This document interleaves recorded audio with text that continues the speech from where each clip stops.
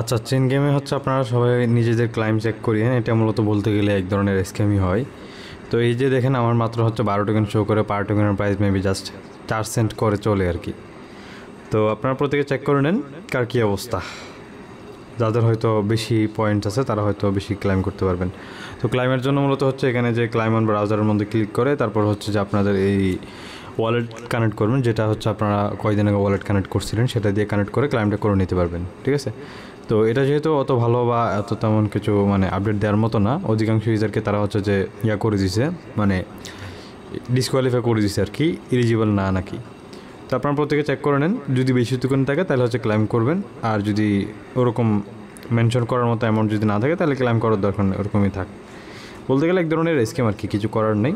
এখন মেবি সবগুলো এরকমই হইতে পারে, বাকি দেখা যাক কেমন কী হয়।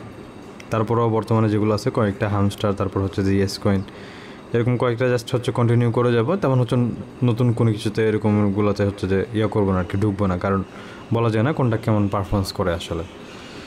সো ভালো থাকেন, দেখা হচ্ছে নতুন কোনো ভিডিও ইনশাল্লাহ। আসসালামু আলাইকুম।